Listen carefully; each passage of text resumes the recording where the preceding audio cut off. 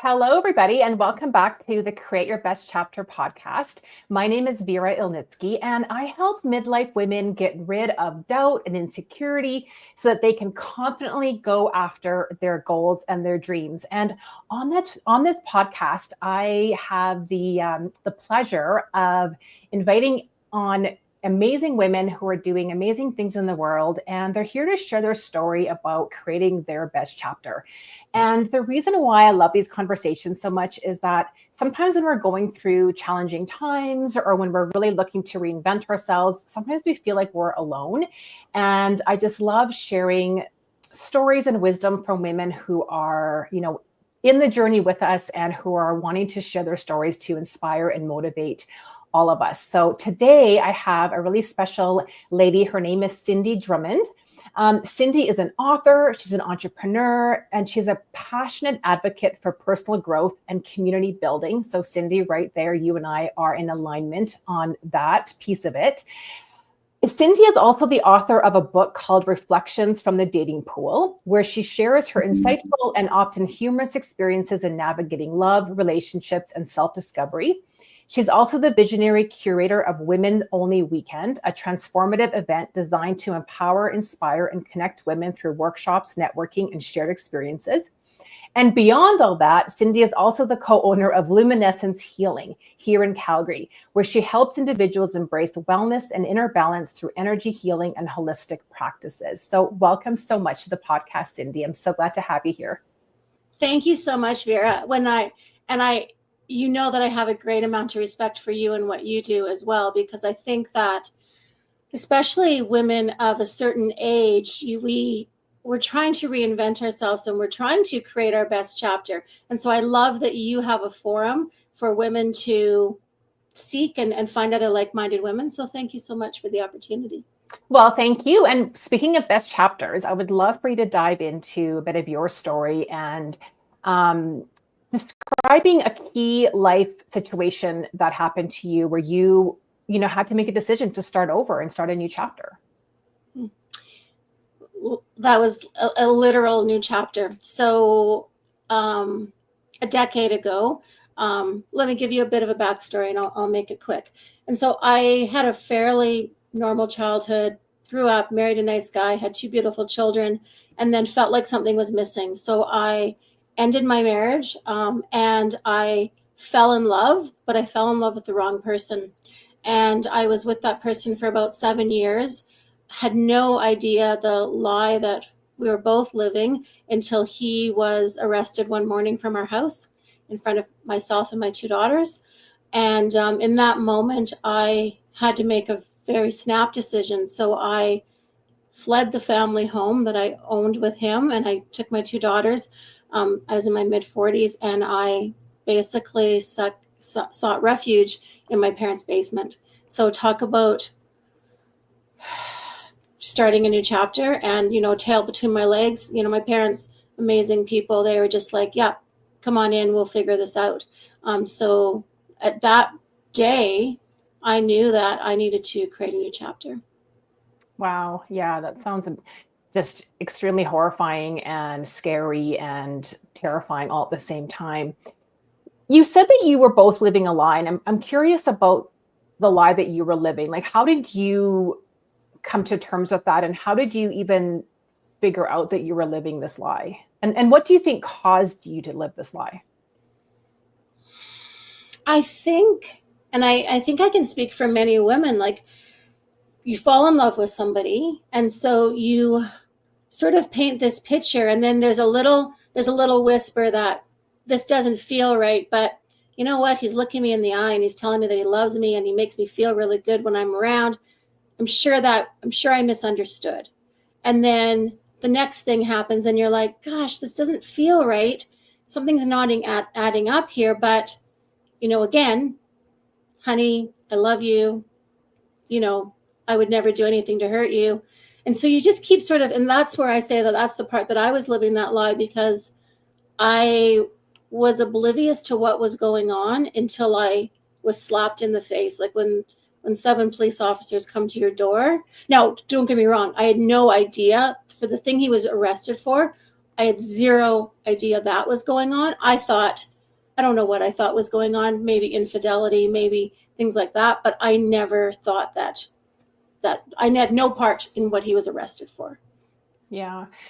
I can really relate to how you felt, like not the actual like story itself, but in terms of like how you felt when I was married as well. I just ignored what I call the alarm bells, right? Like you do see those red flags, and we do tend to, because I wanted it so badly. Like I wanted to be married and I wanted this to work out, and I was, you know, a little bit older in my life, so I felt like I was missing out on the whole marriage situation, and I just ignored the things that were going on around me that I knew deep down. And I think that that's just, it's such a disservice to get disconnected from our intuitions, but yet I guess we learn on the opposite end of that how to connect to our intuition. And so I'm curious how you built that up for yourself. Like how did you reconnect with yourself and your intuition, your inner wisdom? So great question. So at first I was so terrified and even trusting myself. Like I had let this person into our lives. And so I really felt like I couldn't trust myself. And so I was single for several months. And then I did have this moment where I'm like, okay, like, am I going to be single the rest of my life, or am I going to try to figure out how to trust again? And so that's when I made this decision to go on 50 dates in 52 years. And it was 50 dates in 52 weeks. And it was very purposeful. It wasn't like I was like setting out to make sure that I found another partner, but because I quickly realized that every person I met was actually just an opportunity for me to go on a date with myself. And so, and I journaled a lot, and I would, I'd come home and I'd be like, okay, so this is how I showed up. This is how that person showed up. How do I want to show up next time I meet somebody? So it was a really good exercise. And then there was this moment where I was just like, wow, like this has nothing to do with these men. It really has to do with dating myself. Wow, that's so incredible. What did you learn about dating yourself? Um, I learned that I'm funny and I'm witty and I'm not perfect. And I think most importantly, I learned that I don't always show up 100% of the time for somebody else, let alone myself. Because there was times when I probably didn't show up as the best version of myself because I was, making assumptions, and, I was not in the right headspace. So I think that the lesson in that is you always have to show up for yourself. The first impression is the only impression you really get to make with somebody. You don't often change someone's mind. And so I think those are some of the things that I learned about myself. Wow. And I love what you said about, you decided how you wanted to show up, like for yourself, for the other person, and for other people in the world. And how do you commit to that every day? Like how do you decide, okay, I'm going to show up this way? Like what was the process of you deciding who it was that you wanted to become?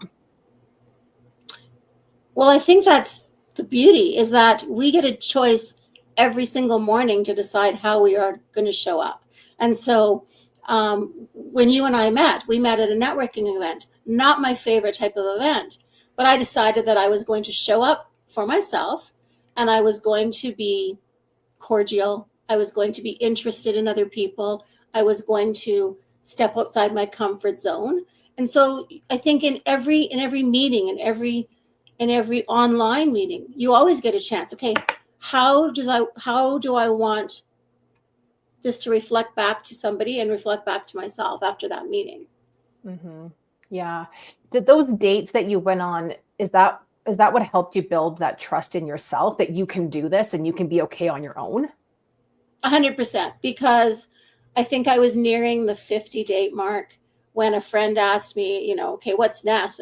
And I'm like, well, I guess I go on 50 more dates, like if I don't find the right person. So I was okay with being myself. I mean, I was okay being alone for sure. Yeah. Well, that's awesome because it did open up a whole new chapter for you in terms of even writing a book, like literally a whole new chapter. You were able to write this book and share your stories with other women. That's How true. do you tune into your intuition and yourself on a daily basis? Like do you have a practice around that or a ritual around that? I do. For several months, I have to practice. So, because I was guilty, like many people, you wake up, you reach over, you grab your phone, you start scrolling. And we know that that's not the best way to start your day.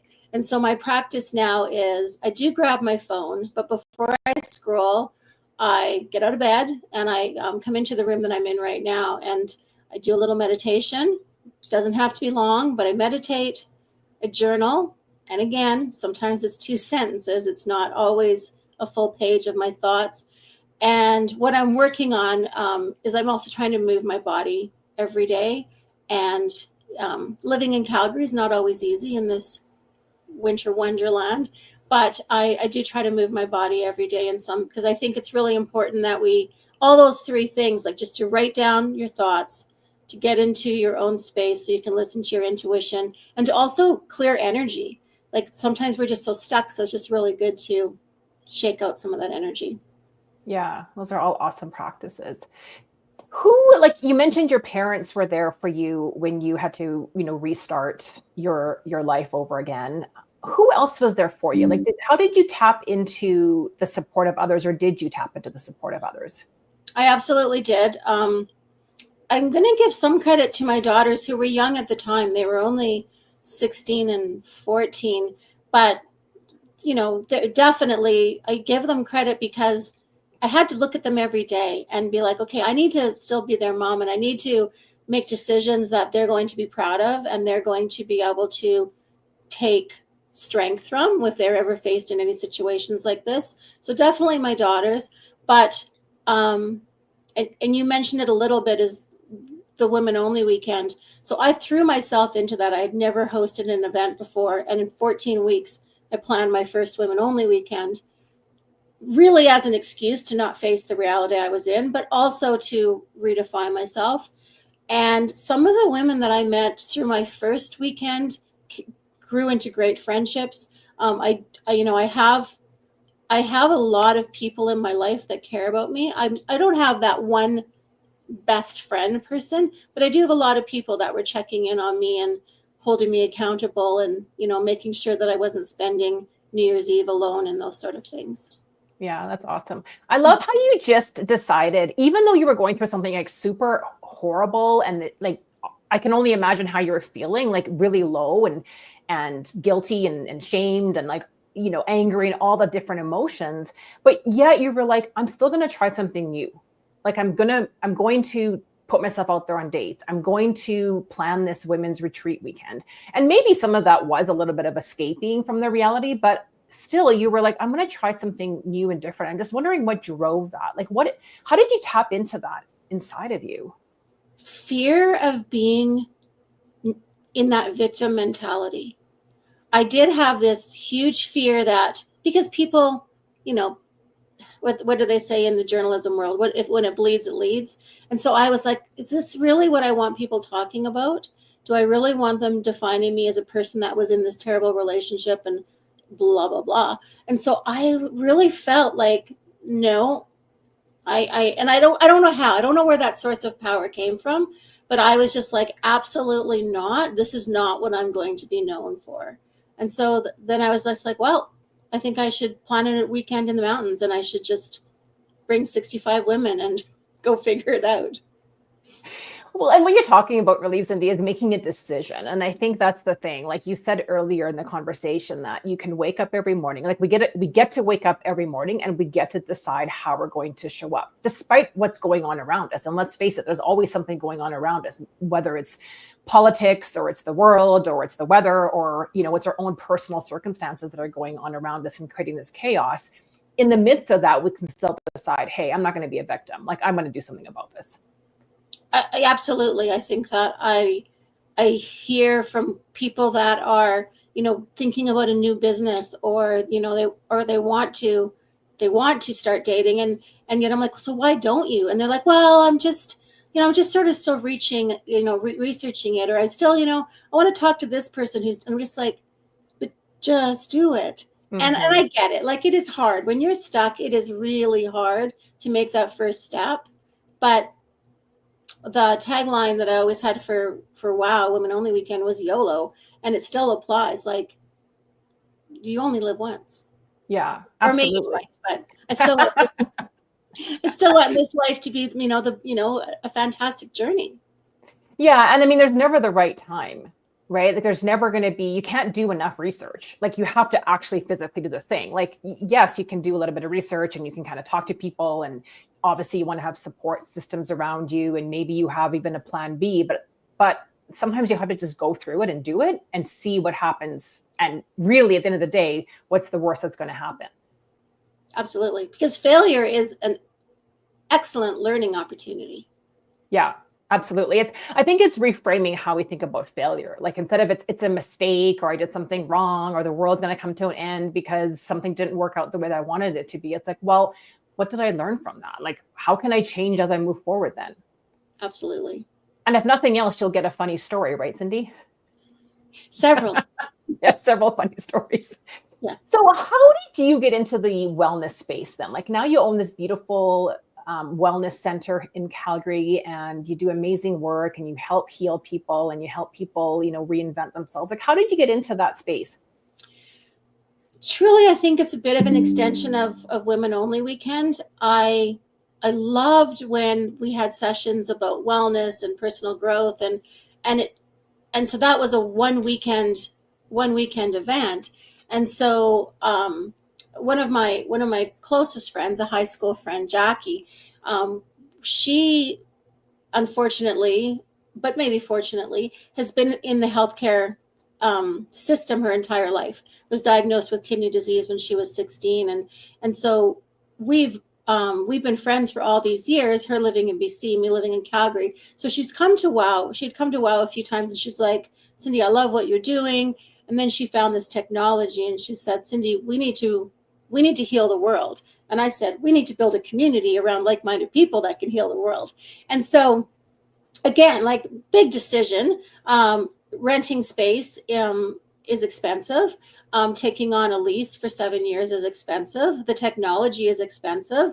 So all of those are reasons why, if we had done a ton of research, it doesn't make even sense to do this with so much uncertainty. But again, I love the idea of bringing people together, and she wants to heal the world. So our our our goals and our objectives, I think, are aligned. And I think that, it's hard. It's hard running a business every single day, but we both believe in what we're doing, and so we're very grateful to have this opportunity. Yeah, I think if you're tapping into that mission piece of it, right? Like, if you just looked at it intellectually, a lot of times the things that we do in our life don't make sense, like you said. Like, we would just scare ourselves silly and we would do nothing. But that's the thing. It's about tapping into your heart, tapping into your purpose, tapping into what you really want to create in this world. And we need more women specifically who are tapping into that, and who are just courageously stepping through the fear and the doubt and the who knows what's going to happen, and helping create that healing and energy for other people. So I really acknowledge you for what you're doing. Tell our listeners a little bit about this technology that you have at Luminescence Healing. Thank you. So it's hard to explain, because what you need to imagine is, our space is a large room with 4 pillars of computer monitors that basically look like we forgot to turn them off. They're just running it's a program, so a bunch of colors based on chakras, and there's a different modalities that are coming through this technology, which has been around for 20 years. But as you know, we're electrical beings. If our heart stops, they restart our heart with an electrical shock. And so imagine that this technology is creating a field of energy, a toroidal field, which is running in all directions. And it's basically like you're plugging in yourself like you would your cell phone. When you go into this space and you sit in this space and you meditate or spend time in this space, your cells are recharging. And our cells do recharge because we're exposed to pesticides and chemicals and heavy metals on a daily basis. That's what depletes our cells. Depleted cells are unhealthy. We're prone to disease. And so this is technology. And there's other energy technology out there. This isn't the only one. But what's nice about this is it's very easy. You don't have to be hooked up to anything. You can just basically come in and have a nap. close your eyes, and that whether you believe it or not, the technology is working. Well, and even just, I mean, I think it's amazing for people just to come in and have that nap and have that quiet time, because we're so exposed to so much noise and disruption and, like you said, environmental factors, that even just coming in, like, even, you come in and you just have a little, I mean, you have the most comfortable chairs there, so you can have just that little downtime. And also you're having the healing energy coming at you as well. So I love that. What have you seen in terms of some of the results or outcomes for the people that are coming in to use this technology on a regular basis? So we've been open for just over a year, and we've had some amazing testimonials. There's a woman named Caitlin who wrote me a long letter. I would say she's in her late 30s, early 40s. And she was suffering from anxiety and depression to the point where she was not living her life. She was not. So this was severe. And so she came, and she spent a number of days with us. It wasn't like she came once and she was just like, oh my gosh, I'm healed. It's because we're not a healing center. She now truly is living her best life. She's created an entire new chapter. She says that she's able to, she just came back from a trip to Mexico. So for anxiety and depression, absolutely testimonials. We have testimonials from people that have gut health issues, IBS and other things like that. A woman named Mona has a really good testimonial where she had tried everything, and her IBS was, and I don't experience this, so I don't understand, but apparently, like, you don't want to leave the house because you don't want to be caught in a situation. And so she came, and she came for about a month and then booked a trip to Europe and was completely fine the entire trip, which is amazing. My husband, other chapter, he's an engineer. And so he spent a lot of time when we were first setting up the technology, and, he's not really into alternative health, but after spending time at Luminescence, he kept taking off his glasses. And I said, what are you doing? And he's like, I swear my eyesight's improved after being here. And so, again, you don't have to believe in it. It's doing what it's supposed to do, because our bodies are perfectly capable of healing themselves, given the right environment. Yeah. Yeah, absolutely. And I think it's that making the decision, being in the right environment, and in a constant, on all levels in our life, right? Like, yes, you can come to Luminescence, and then if you come home to a crappy environment, right, like, you have to kind of be in alignment, or try to be in alignment in all areas of your life. And then I love the fact that it's like what you said about it's a process. There's no easy button in life. So it is that commitment of, what, I'm committed to health. I want to try something different. I want to get better. And so I'm going to commit to doing something on a consistent basis that actually helps us move through things, right? Like, you went on 50 dates. Like, it wasn't just, I'm going to go on one date, I'm going to heal myself and figure out how to trust myself again. No, you decided, I'm going to do this for a whole year. Absolutely. And I think that is one of the things that I think that, and you mentioned it earlier, is that it's a community of like-minded people. Like, if you're focused on creating your best life, you likely have a massage therapist. You likely maybe you have a talk therapist. Maybe you go see an acupuncturist. Maybe you go to the gym. Like, it's like every day you're focusing on creating this entire package with these synergetic practices so that you're living your best life. You don't say, geez, I have to lose 50 pounds. So you go to the gym and say, well, I'm going to walk on the treadmill for 30 minutes and see if it works. Yeah. That's not how it works. Yeah. Well, I often say it takes a village, Mm-hmm. right? Even in my line of work, yes, people come see me for me to coach, I can coach them, but they're also seeing other practitioners or other people in their life to really build up that community around them. And, I know you're creating a community, I'm creating a community, we're part of each other's communities. Mm-hmm. And it's so true about having that alignment and having like-minded people around us that support us. So I love what it is that you're doing. And yeah, some of those testimonials are just amazing. So if you're in Calgary, go check out Luminescence Healing. What is something that you're looking to create this year, Cindy, with Luminescence? Thank you. Great question. We've just been talking about it, so you led right into that. I do believe it does take a village. And so we, you've seen a little bit of this because you and I co-created an event. I would love to see more practitioners in the wellness space. Come check us out. Maybe they do an event at Luminescence. We also have some beautiful offices where people can rent out. But I really would like to see. So I had this dream before Luminescence, and I was calling it in my head the Center for Collaboration. So if you think of Luminescence as also the Center for Collaboration, that is what my goal is. Wow. Okay. You and I are going to talk after this podcast about Yes. how we can collaborate some more, because I loved co-creating that event with you. So for everyone listening, there will be more events coming up. So connect with Luminescence. What's the best way to connect with you and Luminescence, Cindy? Thank you. So our website is luminescencehealing.com. The hardest part of that is spelling luminescence. But the website is great. You can find me at cindy@luminescencehealing.com as well.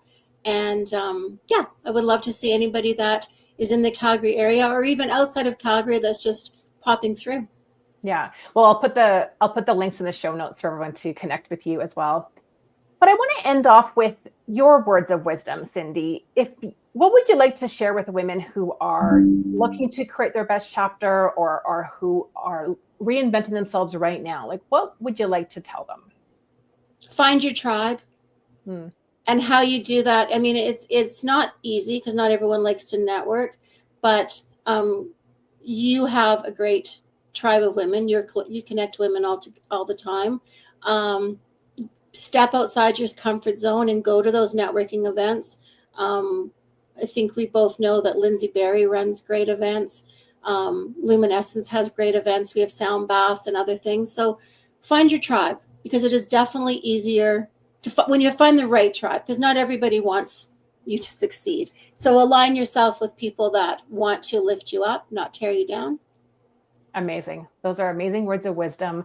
Thank you so much for being on the podcast, Cindy. I really acknowledge you for all the work that you're doing, the connections that you're making, the communities you're building, the collaborations you're facilitating. That's so important. It's such important work, and it is healing people, and it's energizing people, and it's really, it's creating such a positive impact on the world. And I really acknowledge you for that. And I'm so grateful to have you in my community, in my circle, and in my life. So thank you so much.